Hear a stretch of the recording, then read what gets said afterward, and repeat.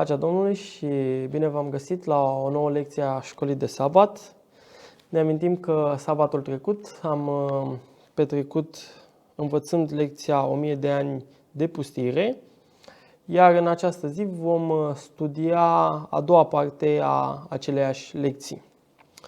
Ca să facem o scurtă recapitulare, data trecută am învățat despre a doua revenire a Domnului Iisus Hristos, despre faptul că sfinții vor fi înviați, cei înviați și cei în viață vor fi răpiți în duh alături de Domnul Iisus, iar cei necredincioși vor fi distruși de slava Domnului.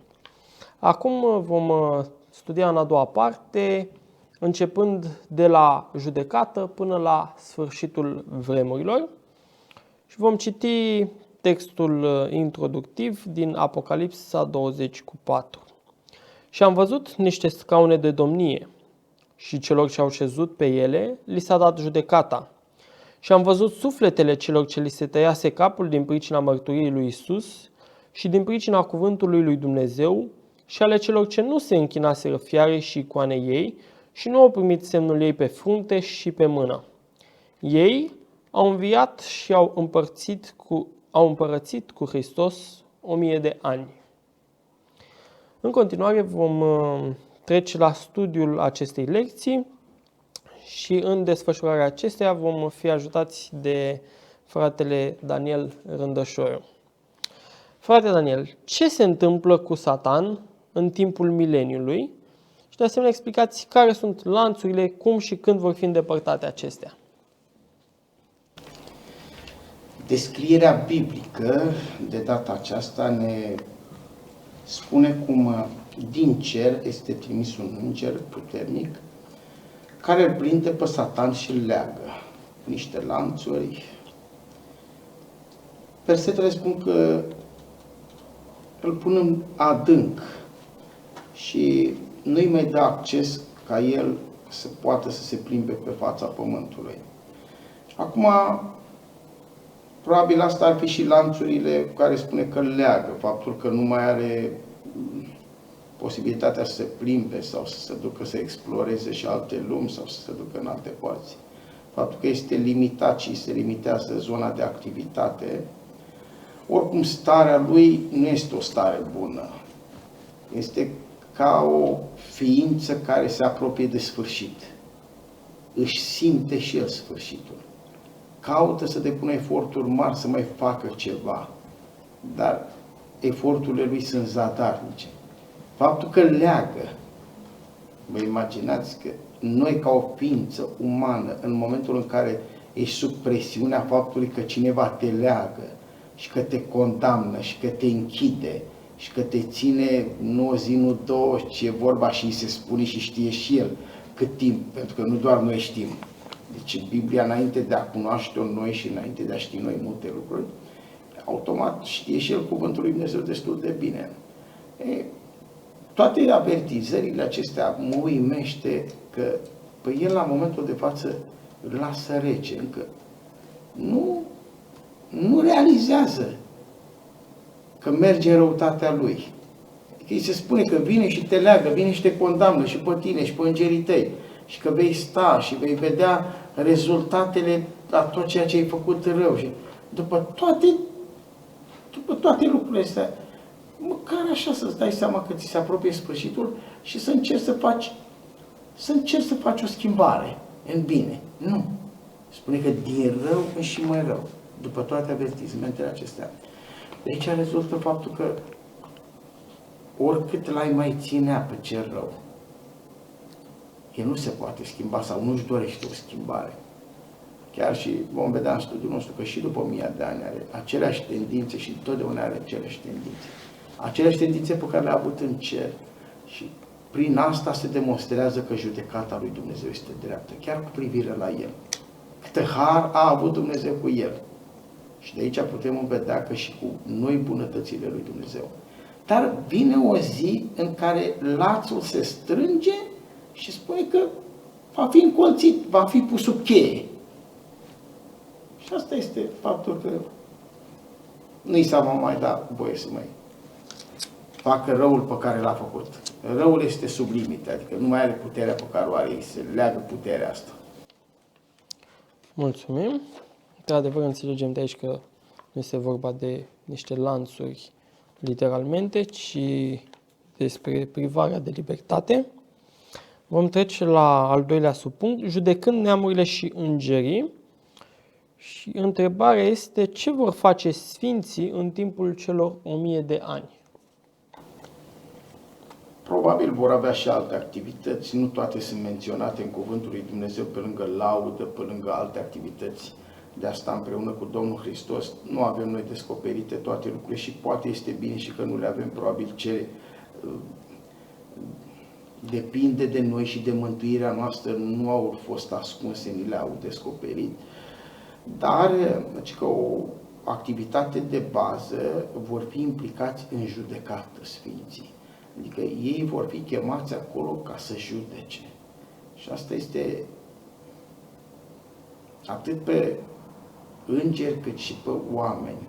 Ce mi-a plăcut la întrebarea aceasta, că li se va da și modalitatea după care să judece. Că vedem noi în lumea noastră, judecata se face după o lege, se face după o regulă, nu judeci așa după părerea ta, că ți se pare ție că e mai potrivit. Adică chiar judecător dacă ești. Dar trebuie să aplici o lege sau îl chemi pe inculpat sau pe cel care a greșit în fața legii. Legea, în nota noastră, ni se spune că este Biblia, Cuvântul lui Dumnezeu. Spune acel cuvânt pe care l-a nesocotit omenirea, pe care cei răi l-au nesocotit, l-au marginalizat sau nu l-au studiat sau nu l-au prețuit. Și acum același cuvânt care altădată putea să-ți aducă mântuirea, acum vine împotriva ta să-ți aducă condamnare. Același cuvânt.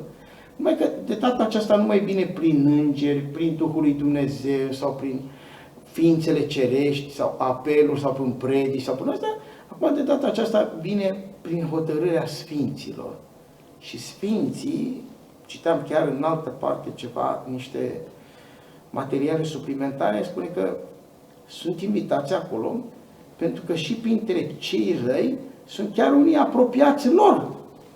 Adică e cazul copilului tău, un cazul în care nu va fi salvat și mântuit, al părinților tăi, al neamurilor tale, al rudelor, al vecinilor tăi. Și fiecare tot așa să participi tu și să ți se deschidă cărțile, să vezi răutatea lor, să vezi ce a provocat toată durerea asta pe care a produs-o ei în inima lui Dumnezeu.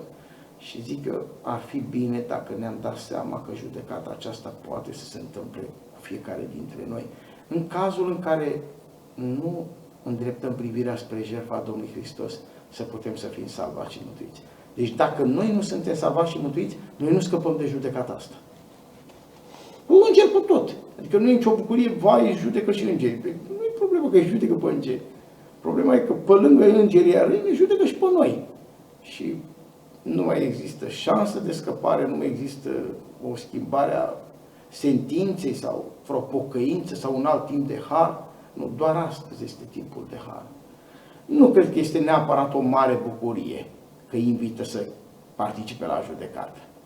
Dar este, o favoare pe care Dumnezeu în bunătatea Lui le dă șansa să vadă că sunt drepte și judecățile Lui. Deci să-i convingă mai mult. Nu că, vai, ei vor deveni judecători și că ce mândrie mare este să ajungi judecător în Împărăția Cerului. Nu cred că este neapărat. V-am spus, în cazurile chiar celor apropiați. Cei pe care i-ai cunoscut, cei pe care poate ai trăit în viață sau ca familia ta sau în biserica din care faci parte. Dar faptul că sunt împreună cu și ei și sunt băgați în seamă și deschid și cărțile și așa, deci asta este un lucru bun din partea lui Dumnezeu, zic eu, că este o mână întinsă în care își arată și se exprimă încă o dată bunătatea față de sfinți. Faptul că îi cheamă și pe ei la judecată. Deci legea o avem ocazia să o studiem, să o punem în practică și la final fie ajungem să judecăm, fie vom fi judecați. Da, ideal ar fi să fim în prima variantă să judecăm și nu cu dorința de a judeca și de a rosti noi sentințe și condamnări, că știm că suntem mântuiți prin har, nu prin fapte, adică aveam și din contră, așa doar faptul că suntem implicați, că suntem chemați, să vedem cum judecă cerul, să asistăm și noi. Cred că mai mult la termenul de asistare, nu la faptul că să dăm noi sentințe. Că, na. Da, și mai degrabă pentru a vedea dreptatea lui Dumnezeu Dreptatea. în socotirea cazurilor lor. Și îmi place că este nu după alte lucruri decât după cele scrise în cărți și după Biblie. Deci ia faptele și după cele lucruri Biblie. Nu corespund și automat sentința este deja cunoscută. Odată ce se încheie această lucrare de judecare, ce se întâmplă cu capitala cerească, Noul Ierusalim? Da, din descrierea pe care o face Cuvântul lui Dumnezeu, ni se spune că cetatea aceasta, Noul Ierusalim, se va coborî pe pământ. Dar modul este descris așa doar cât poate să ducă imaginația și mintea noastră. Ce este de înțeles este că va coborî exact pe locul de unde Domnul Hristos a ridicat. Și ca ultimă descriere biblică spune că era pământele măslinilor. Când el s-a ridicat și când s-a arătat îngerul și le spunea bărbați galilieni, de ce plângeți că uite Iisus se va întoarce. Și realitatea este că acolo spune. Acum, multele acestea se face o descriere pe care noi o putem înțelege mai puțin. A devenit așa ca o vale, s-a dat la o parte, a pregătit locul unde cetatea, împreună cu sfinții, împreună cu toți, cu îngerii, bucuria pe care o are cerul că vine Domnul Hristos iar pe pământ. Și bucuria pe care o au sfinții care îl așteaptă pe Domnul Hristos. Deci acestea sunt lucrurile de bază. Acum, venirea Domnului Hristos este, și mi-a plăcut aici un gând, este bucuria trăirii pe care au avut-o cât timp au fost în viață credincioșii. Deci nu era ceva, ei abia așteaptă să-L vadă pe Domnul Hristos. Ei au murit cu gândul ăsta, cu sentimentul ăsta și acum este o bucurie pentru ei să vadă ei cetatea, că toată viața au învățat, uite, vine cetatea sfântă. Acum o văd în realitate și Domnul Hristos spune că împreună cu sfinții va coborî, cu cetatea, cu Noul Ierusalim va veni aici pe pământ. Și le va spune și uite, vedeți cum arată pământul, oricum starea pământului va fi descrisă imediat în următoarele întrebări, dar este destul de urâtă, numai că acolo unde apare prezența Domnului Hristos se pregătește un loc frumos. Și asta dintr-o dată, ca să ne arate că Domnul poate să schimbe inclusiv relieful, să mute chiar munții. Așa de mare e dragostea și iubirea Lui. Poate să facă orice modificare de relief. Și acolo unde pământul arată dezastros după mii de ani, El poate să vină cu cetatea sfântă și dintr-o dată lumea. Că așa pun alții întrebări astăzi, dar cum va încerca Domnul și cum va reuși El să facă, cât timp îi ia, cât timp îi ia, coboară cetatea odată cu El și apariția Lui, faptul că El ajunge aici pe pământul acesta, deja atingerea Lui, asta este puterea creațiunii. Asta e puterea Domnului Hristos, a Îngerului, a lui Dumnezeu, să facă toate lucrurile noi, ne spunea lecția chiar în următoarele întrebări. Deci asta este dovada că cetatea vine din cer și se mută pentru că se mută Domnul Hristos. Și unde se mută Domnul Hristos este înconjurat. Cetatea nu înseamnă neapărat o clădire. Cetatea înseamnă o mulțime, ca și mai spune o biserică. Biserica nu înseamnă neapărat clădire. Biserica e formată din sufletele sincere, sufletele credincioase care îl așteaptă pe Domnul Hristos. Acei mântuiți împreună cu îngerii vor veni cu Domnul Hristos. Aia de fapt este cetatea. Coboară cetatea Noului Ierusalim pe pământ și în acest timp știm că Satan este dezlegat pentru o scurtă perioadă de vreme. Cei nelegiuiți sunt și ei înviați și atunci Satan plănuiește să cucerească capitala. Cum va avea acest lucru ca rezultat o altă judecată? Și vedeți, de-aia spune că pe nebun, dacă îl pisezi și îl bagi undeva și îl pisezi acolo într-o piu, ceva, într-o menghe, să-l prinzi în ceva, să-l pisezi acolo, după ce îl scoți de acolo, e tot nebun. Adică Satana tot cu răutatea aceea și după 1000 de ani, e tot răutatea are. Deci poți să-l lași în lanțuri, dar după ce îl scoți din lanțuri, nu se face mai bun. Ca drept dovadă că nici pedeapsa nu schimbă pe cineva. Doar dragostea schimbă. Și cum el respinge dragostea lui Dumnezeu, el nu poate fi schimbat niciodată. Dar asta este o învățătură pentru noi. Dovada că dacă noi respingem dragostea lui Dumnezeu, nici noi nu putem să fim salvați și mântuiți. În schimb, revenind la Satan, spune că el se va duce să cucerească lumea. Adică ce să mai cucerească? Cucerească pe cei care au înviat atunci când a venit Domnul Hristos, îi înviază ca să poată să-i judece. Și în momentul acela el profită și se declară el cuceritorul. Se declară el că eu v-am înviat. Adică tot ce face Domnul Hristos își trece el semnătura acolo. Și să duce el cu prerogativele acestea și să-l laude. Că ăsta e diavolul. Nu face nimic, dar de lăudat se laudă. Și să duce și să le spune oamenilor, uite, eu am avut putere și v-am înviat. Și acum mai trebuie să mai facem ceva, să ne luptăm, să depunem efort, să fim împotriva Domnului Hristos, că ei sunt puțini. Că... Deci totdeauna cu minciunile lui, aceeași activitate o face și după 1000 de ani. Pe mine mă îngrozește rău. Dacă Dumnezeu nu s-ar decide odată să pună capăt răului, răul niciodată nu s-ar pocăi. Foarte adevărat și profund. Cum se va executa această judecată? Pentru că nu o să fie lăsat răul totuși la nesfârșit să-și facă planurile lui. Da, sunt mai multe dovezi în Sfânta Scriptură, deci că focul este pregătit pentru Satan și pentru îngerii lui. Deci nu are nicio șansă să scape.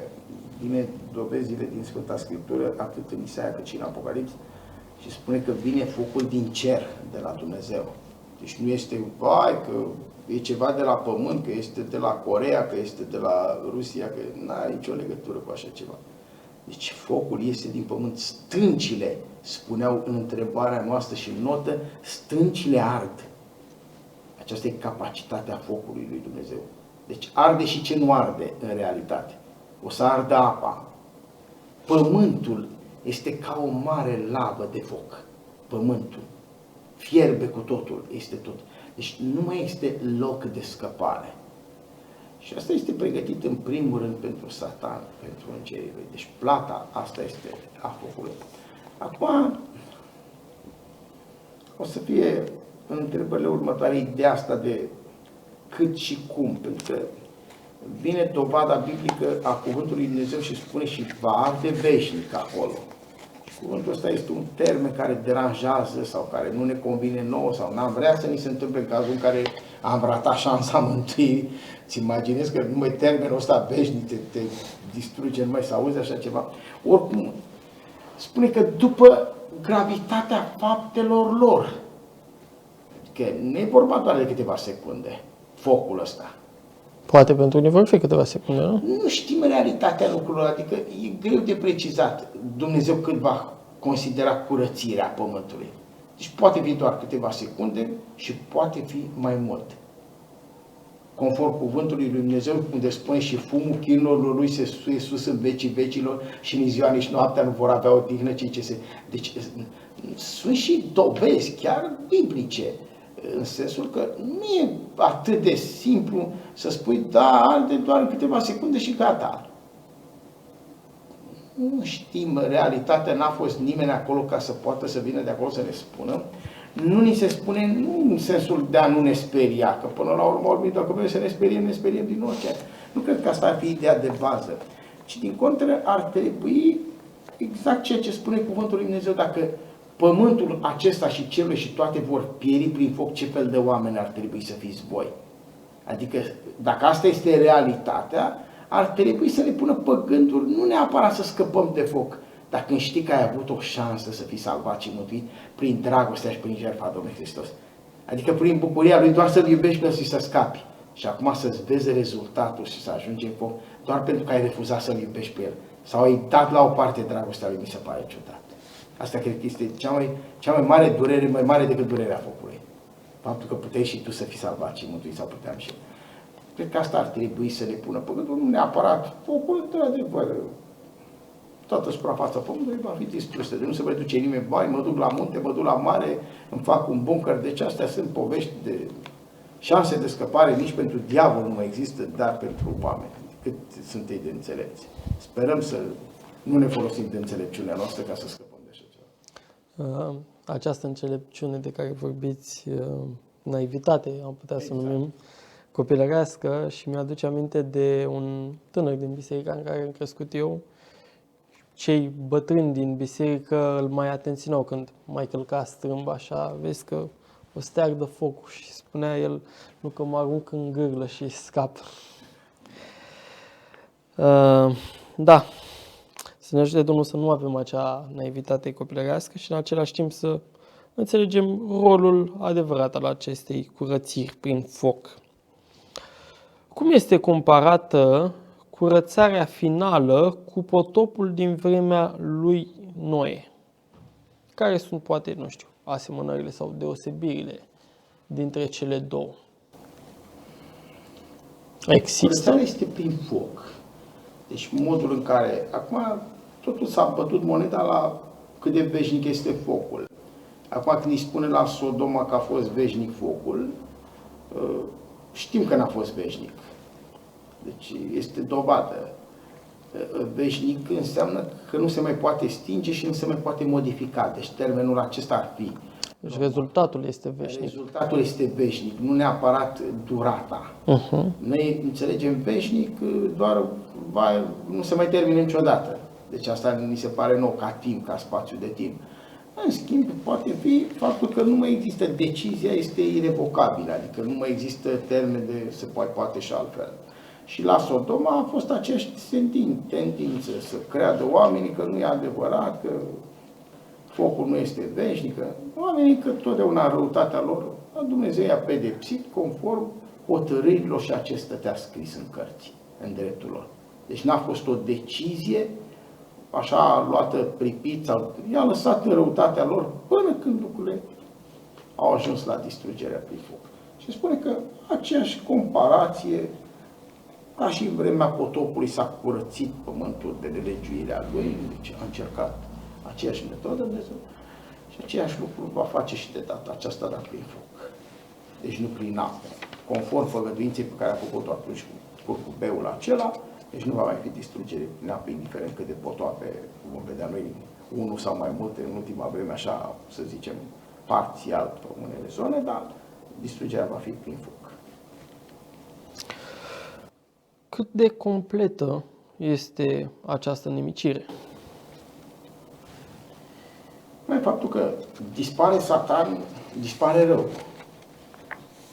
Deci mai exact ca și când îi spune, vedeți, de exemplu, structurile acestea mafiote, să le spunem, ale răului, care totdeauna generează, care aduc tot felul de necazuri, de crime, de atrocități. Autoritățile au privirea îndreptată spre capete, spre lideri.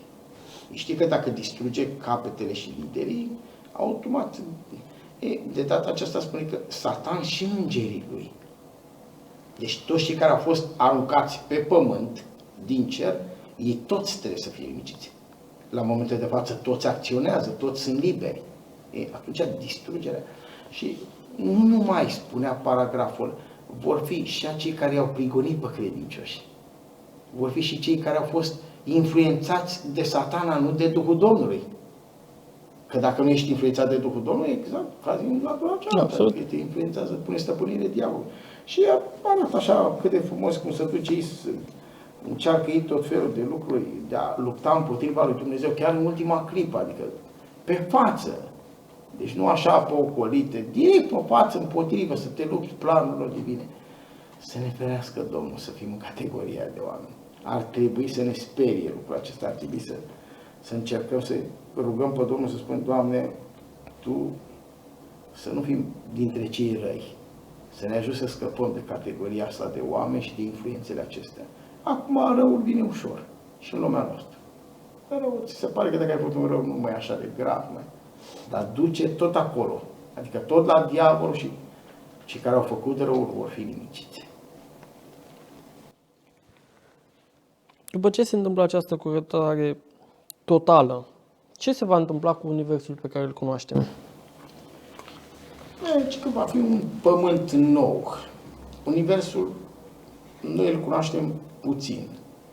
Adică în parte, cât ne este nou descoperit și cât a putut să descopere știința și cât i-a fost dat omului să descopere rău. Noi nu știm tot universul, deci nici măcar știm cât e de mare, noi știm doar o parte a lucrurilor, dar spune că va fi curățată de rău.